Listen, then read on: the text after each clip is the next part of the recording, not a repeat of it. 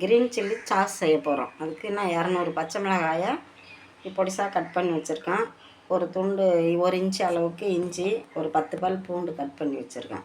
ஒரு கடாய் அடுப்பில் வச்சுட்டு 2 ஸ்பூன் எண்ணெய்,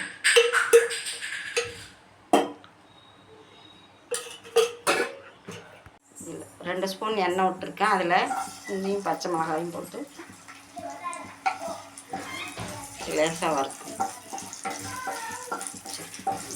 பூண்டும் இதில் பச்சை மிளகாயும் போட்டணும்.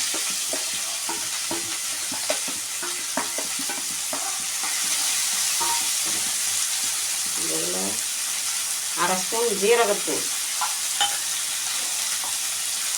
1/2 ஸ்பூன் சால்ட்டு போட்டு கொஞ்சம் வதக்கி விட்டுட்டு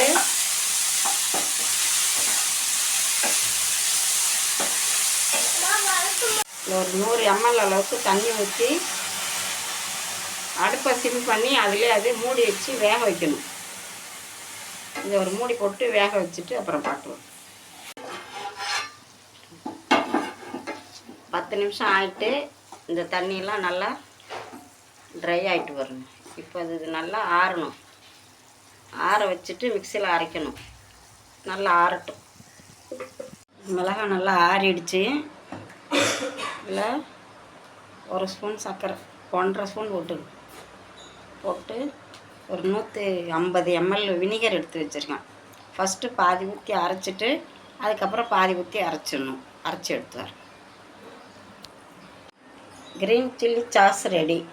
இதை நல்லா ஆற வச்சு ஒரு பாட்டிலில் போட்டு வச்சு யூஸ் பண்ணிக்கலாம். ட்ரை பண்ணி பாருங்கள்.